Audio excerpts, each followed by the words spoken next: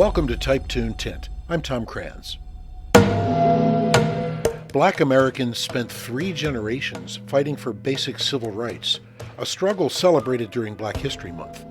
But in 2026, that struggle is shared by the wider population as the Constitution is challenged almost every day by the masked police force empowered by the Trump administration under the guise of immigration enforcement. As we've seen with our own eyes, it's about a lot more than illegal immigrants and expired visas. And I'm joined once again by Deric Gilliard from his home in suburban Atlanta, Georgia, where I hope it's not as frigid and snowy and crappy as it is here in New Jersey. I thought of Deric as the perfect guest for an episode on Black History Month. We are recording this on February 2nd, 2026. Black History Month traditionally happens in February, and we renew our awareness of the fact that there's the African Americans fought a huge fight just for basic constitutional rights, and I kind of thought that we're almost doing the same thing today, except on a much bigger scale. Let me just hit you up real quick with a little bit of Deric's bona fides here. Deric worked for the federal government for 25 years. He worked for 5 different administrations, from Bill Clinton through Biden. He worked, of course, through the first Trump administration, which was the basis of his book, The Longest 4 Years of My Life, which is where I first met him back in September. We talked about that book, and it's basically a memoir of his years, working for the Trump administration. He was a communications lead for the Department of Health and Human Services, serving the southeastern district, right, which encompasses a lot of the poorest people in America, a lot of the people who most need services like medical care, immunizations, COVID testing, and all that kind of stuff that was such a bear to get a hold of during that first Trump administration. You also worked as a communications person for the Southern Christian Leadership Conference, which was Dr. Martin Luther King's group. You specifically worked during the years Dr. Joseph Lowery was in charge, if I recall correctly. And you've been a follower, advocate, and participant in kind of the civil rights movement since it began. So it just seemed like a logical person to go to talk about Black History Month in the context of what's been going on in our country, with the so-called crackdown on immigration. First of all, thanks for joining me. I appreciate you doing this here in the dead of winter. Happy to do it. Happy to be here. I think you're right. We're at we in the church would call it a Kairos moment in our history in many, many ways. Yeah, I don't know a whole lot about much of anything, but as I look back on what's been going on just in the month of January, it just seems like, we are history is repeating itself, except on a completely different scale with a different constituency. Would you agree with that? Absolutely. Absolutely. I mean, Black people, as part of the civil rights movement, fought for basic constitutional rights. And we're seeing these rights being violated once again almost every day, starting with the First Amendment, freedom of speech. You've got, protesters who are out there holding signs, yelling and screaming. Yeah, they're annoying and they're loud, and they're doing video, but all of that stuff is protected speech. And we're seeing that just being assaulted most recently by the arrest and charging of Don Lemon and another journalist just for basically being there and covering a story. The Fourth Amendment, which is supposed to be freedom of unreasonable search and seizure, we've got, people being asked and questioned about their citizenship just because of the color of their skin, and in some cases their accents. I saw this frightening thing on CNN this past week. This Uber driver is sitting waiting for his fare. He's been a citizen for 10 years. He, I think, was originally from Somalia, speaks with an accent, right? This truckload of these ICE guys, they came up and they asked him for his paperwork. And the one guy actually said, well, you talk differently than me. So this means what? That we're pulling people over based on skin color and their accents, and then most recently, the Second Amendment, one of the cherished norms of the MAGA and the ultra-conservative movement here, they're questioning Mr. Preddy for legally carrying a gun, which he never touched, which he never removed from his holster. And yeah, he was a pretty persistent, protester, and he got in their faces and he was there with the camera. But, you know, on the ground, disarmed, face down, with two guys on top of him, and then shot to death. To me, that was just an execution. That just was. All right, so I'm done talking now. Give me your thoughts on what you've experienced vis-a-vis what we're seeing today unfold every single day on television. Yeah, and it touches here. You know, we haven't had that level of tragedy here in Metro Atlanta, but my daughter, who is a research analyst, and she shared with me that he, even here in Atlanta, we're the fifth highest Metro Atlanta ICE arrests have happened here. But it's been a lot more under the cover. We haven't had the tremendous protests. We haven't had the tragedy. So yeah, we're talking about and we're on the verge of the Insurrection Act. I think he wants to impose that. Uh, so many of these things have been forecast. So much of it is in Project 2025. He's following the playbook, and we are hurtling towards an autocracy very, very clearly. And I just, it is, it's almost as unbelievable as watching January 6th. You know, I mean, I thought we were in the midst of, I was in having a nightmare. You know, this wasn't real. This isn't America. So we are just, yeah, in Chicago, you're right. They went into a high rise and pulled out all the black and brown people they chose to, some of them butt naked. And those were American citizens. Those were people whose ancestors had been here for generations and built this country. So yes, it's crazy. Well, I guess I figured, after 250 years, that we maybe had this down, I mean, I know that, and Barack Obama said this a couple of times too, democracy is always evolving. And I get that because it's a participatory thing. You can't just sit back. You have to participate. You have to vote. You have to speak up and all that stuff. But it just seems to me like the people speaking up now are being penalized. They're Yeah, being punished. And it's only happening in states and cities that are run by Democrats. Don't Texas and Miami and Florida rather have a much huger number of immigrants of all absolutely. kinds, illegal and illegal. Yet we haven't seen this once in any place. I know that the mayor of Miami has spoken up a couple of times, but we haven't seen anything like the scope that we've seen in Minneapolis, Chicago, DC. I'm from Philadelphia originally. I hear Philadelphia is next on the list. California, Yeah, I yeah, mean, of course, we're at the point now where people are carrying passports so that they can show that they're American citizens. It's like, go back a little bit to the civil rights movement and kind of revisit for us what that was like and, compare it to what's going on today, if you can. absolutely. So I would say that the modern civil rights movement really took off when Anglo-Americans got involved, started marching, started contributing, I mean, in major ways. And a lot of that began after what seeing in 64 the German shepherds and the fire hoses in Birmingham on Hmm. children, marching because they couldn't sit at the lunch counter in the stores in the town that they comprise 70% of the citizens at.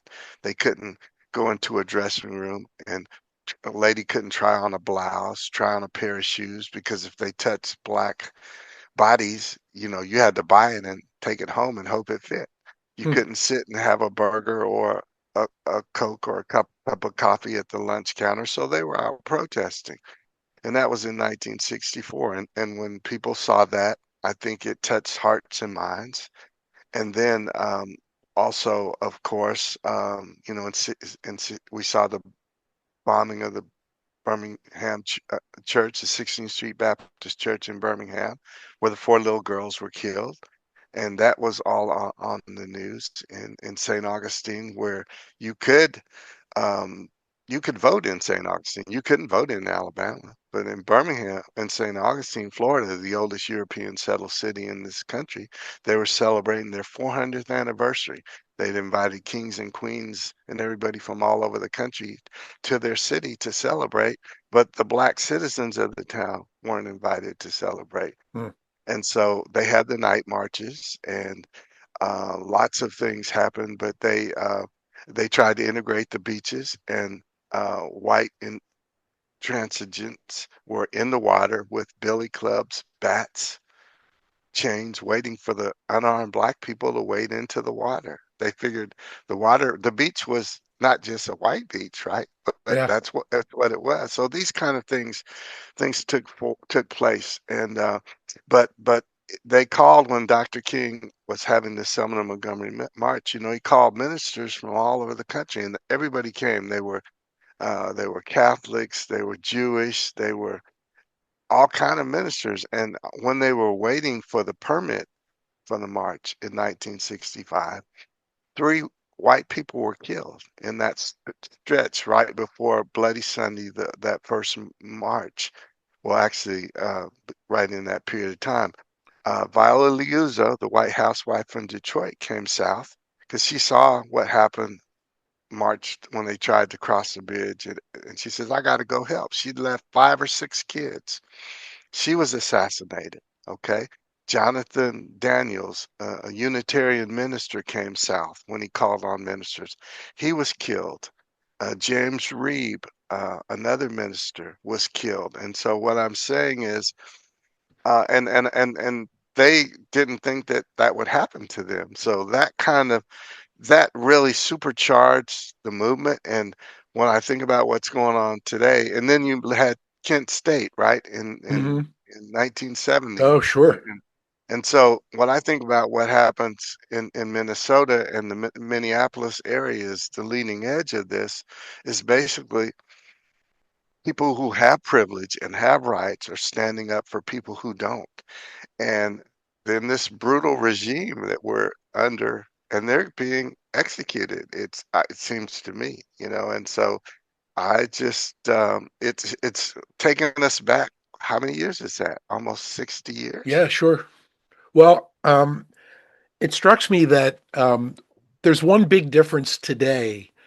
One thing that exists today that did not exist in the 60s or the 70s or even the 80s, the fact that everybody now has a camera, right? The amount of Absolutely. video. I mean, Yes. everybody who walks has a camera. We have cameras on our front doors. There are surveillance cameras all over major cities in America, Philadelphia, New York, Atlanta. Everything is on video. And I wonder, it's such a double-edged sword. Having video every place, it can be invasive. People worry about their privacy. But, if we didn't have video, we wouldn't have seen what happened to Alex Preddy. We wouldn't have Right. seen him be shot the way he was. We wouldn't have seen Renee Good. We wouldn't have been able to judge for ourselves what happened there. I just wonder how different it would have been in 1968, if there, I mean, we do have some film. There was film coverage of what happened on the Pettus Bridge, I guess, right? And those Mhm, people being mhm, hosed, but mhm. but there was so much stuff that's even today they're saying what's going on when there isn't a camera around, And I just wonder Absolutely. if it would have hastened things along and if it would have made things different back then if there were more cameras around. Chris, the famous black comedian Chris Rock said, you know, racism and police brutality has always been there, but now we have cameras and we can film it and we can capture it. And I think it challenges the hearts and minds of people. Dr. King said, "Here's the real concern weren't the bigots and the racists. It was the good people who could sit by and watch it and let it continue to happen." And I think seeing things on film, and we have somebody who I won't name, and we know who he is, who says, "Don't believe your lying eyes." But our eyes tell us the truth. I'm wondering about the US Supreme Court ruling that recently basically said it's okay to use skin color as one of the predicates for stopping people. They didn't talk about accents, that poor guy with the Somali accent, but it's like, if the Supreme Court says it's okay, what's left to do? How do you fight that? There's no other court higher than that, right? Well, just like the Supreme Court. saying basically that you can have presidential immunity and kind of do whatever you want to do. I Yeah. mean, we, I think we have a real problem in this country. We need to have limits for Supreme Court justices. I wish we had limits for all politicians because it's too easy to become corrupt over time. I think most people go in with the right attitude, for the right reasons, wanting to do the right thing. But there's so many and uh, so much corruption, so many people coming at you looking for these sweetheart Temptations deals. too, sure. Yeah, absolutely. How would you, this might be an obvious question, but how would you compare Trump 2 to Trump 1?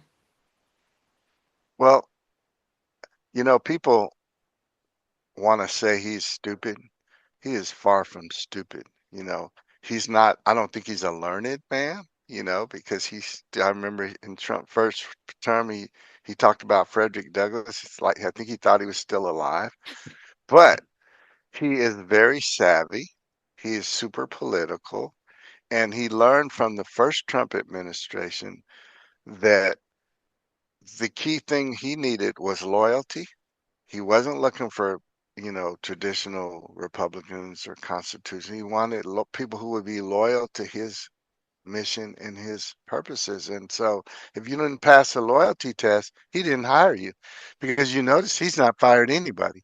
And he was Right. firing people left and right last time. And people were that we had guardrails. We had people who were traditional Republicans who said, this isn't right. And they pushed back against that. But I've seen almost no pushback in this administration. So he's unfeathered and he can kind of do what he wants. And he has a Supreme Court that is very, very supportive. He has people around him now who will do exactly what he wants.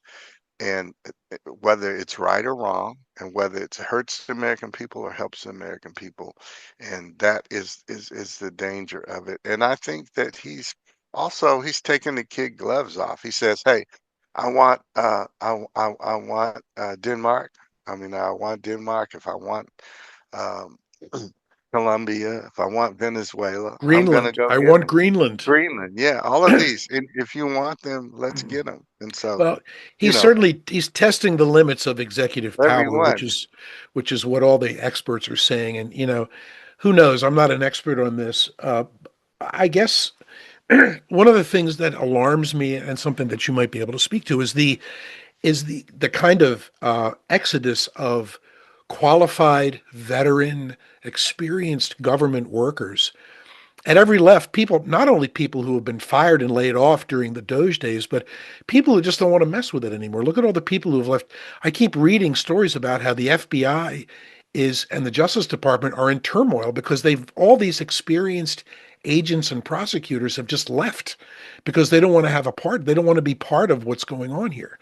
Um, that was a real struggle even for me during the first Trump administration. yeah. I had a colleague, so we have 10, I'm sorry, we have 8 states in our region, which is one of 10. And because it was the largest region in the country. So my colleague managed 4 states, and I had 4 states. And so when he got elected, she goes, "I can't do this. I'm out of here." So then my workload doubled, and I had to think. I said, "Well, I wanted to go too, but I said, if I leave, who can help people who are out there trying to do the right thing?" In other words, like, because he was very repressive in terms of the Affordable Care Act, Hmm. replace and repeal over 70 times. They went to Yeah. court. Yeah. But see, the act was still the law of the land. So I had to decide, how far will I push the limits to help these people, even though I'm being told don't help them, and I'm being told don't communicate with them.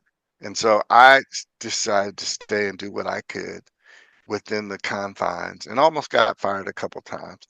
But even my boss, who was one of the very first persons to come out and endorse Trump, she was a Republican congresswoman, very well spoken, out of North Carolina, Renee Elmers, and she was a huge Trump fan.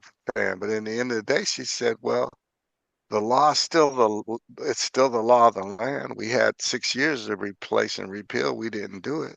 So we need to now help the people and support the people. So she agreed with that, even though she didn't like the law.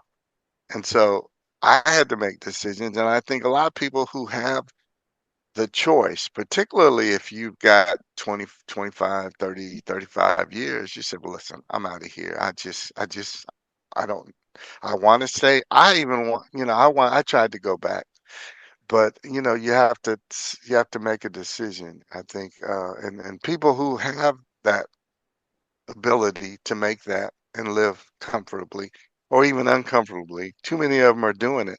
Yeah. So the intellectual property that the government is losing has just been tremendous. Sure. So when we talked about the civil rights movement, you talked about the fact that it really started to gel when basically white Americans, Jewish Yeah. Americans, kind of the big tent of the Yes. population kind of joined in. Well, so Yes. today with this alleged crackdown on immigration, we have that now. We've got, We do. really diverse populations, everybody is like just appalled and outraged. So, we already have that going for us, but it doesn't seem like it's working. It's not getting traction yet. What do you think needs to happen, for, I don't know if peace is the word, but a kind of a solution for the kind of divisiveness that's going on? And I mean, the solution to the immigration problem is just to stop, harassing people and locking up citizens. But, bigger picture wise, what do we need to do to come together? I guess is my question. I really do think, Tom, it is happening, and I think it's working. I think it's bubbling up a lot of places. Hmm. And but somebody has to lead the charge. And ironically, this is one interesting fact about Minnesota, and unless it's changed, at least a few years ago, there were more interracial uh, marriages in Minnesota than any other state in the Oh, country. really? Interesting. Yeah, very interesting. I think that it is happening. I think that we have to keep seeing. So, like when George Floyd was executed, right there, right, Hmm. in that just Yeah, blocks away. yeah, blocks away, and it created this mass movement in this country that was, I mean, there were others before that, Trayvon Martin, Michael Brown, of executions that we had seen. And so, but then people got tired, you know, being protesting and standing up for justice. It's hard work and it's exhausting. And Mm. then we had people who had the privilege of stepping away from it, stepped away from it gradually. So the question is, how much momentum is going to happen? And I think that personally, I don't, the president has said he's not going to back it down. He says, first he said he was, and then he changed his mind. And I know Stephen Miller's in his ear and others.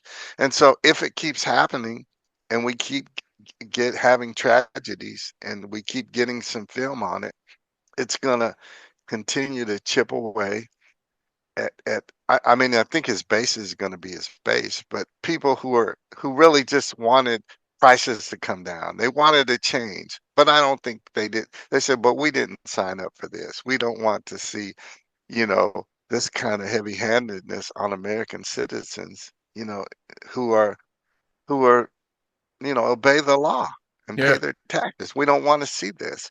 And so I just think honestly, we're going to keep seeing that's not the end of it. And if he keeps, if this kind of these tactics continue, there'll be more tragedies. And more tragedies, I think the more people will turn against it and the more people will be willing to protest. I think this is a horrible time of the year because look, we're having a winter Yeah. that we haven't seen in a while. Yeah. It's a And hell of a time to be yes, out there with a with a sign, right? yeah, yeah. So I don't know what it's going to take to have the kind of marches, but I think, and then you still have the Epstein files. Is this all a distraction over the Epstein files?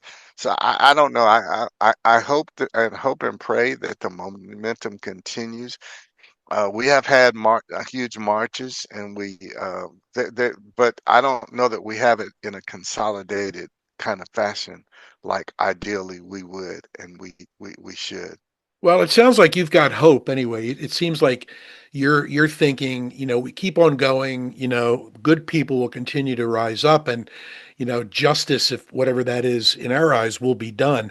But here's another thing that's coming, the midterm elections. And we keep Yeah. seeing, we just saw, was it a seat in Texas, a state assembly seat or a state senate seat was just turned big time from a red seat to a blue state, and we've seen hints that this is coming. And even Trump himself has said, we got to get our act together or we're going to get killed in November. One of the things when I speak that talk about every time, Tom, is that I think, and I'm saying this broadly, not individually, but I'm telling people I believe my generation, in many instances, particularly in the Black community, failed our children because we didn't make sure they understood that freedom isn't free, was Mm, that the eternal price of liberty is I'm sorry, the price of liberty is eternal vigilance. You can't just think that things are going to stay the way they are or get better if you don't we don't know if we know our history and we understand the price that was paid to get here and to keep this so that people all over the world want to come here, although now they want too much less, right? People have to understand there's a price to be paid. And we got to stay on that wall and keep teaching people, keep encouraging people. Now, all these people, just like now, when these people in the red states who are losing their health insurance, who are losing their SNAP benefits, and these are not Democrats. I mean, they are Democrats, but there are a whole lot in the rural areas, people who are not don't have these homogenous. I mean, they have these all white societies. They don't have societies like you and I live in, where we go to school with people who don't look like us, and mm, we develop friendships. We're on the chess team together. We play football. We run track. We in the debate. Well, they don't have that, and yet they supported these positions, and now they're going to be hurt by them, and so it's just bad. It's terrible. So I just think we should do better of making sure people understand how precious freedom is, how precious this democratic republic that we have is, but it's fragile, and we never had it tested like this. You have to go all the back to the 60s, right? So we yeah, no thought this was kidding. all settled, but it's not. Right. And this is a good commercial for getting out and voting. If all those people on those protest lines, if they vote for in primaries and in the general election, people can make a difference. I think on this note, I think we're gonna wrap. I mean, we could talk for hours about this whole thing, but I wanted to leave, and I didn't want to pass up an opportunity to promote your two books. The book that I found really interesting the last time we spoke, The Longest 4 Years of My Life. This is Deric's memoir on his time in the Department of Health and Human Services during the first Trump administration.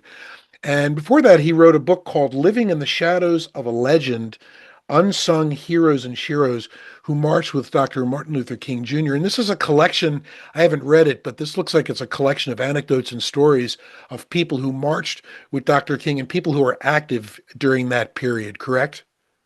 Correct, correct. And you had the Absolutely. privilege of knowing those folks and being able to talk to them, I'm guessing. Yeah, these are 20 people that I met. I met all of them except one. One, I did the profile of him through his wife, who was called Cat Twine. She's known as the Rosa Parks of Florida.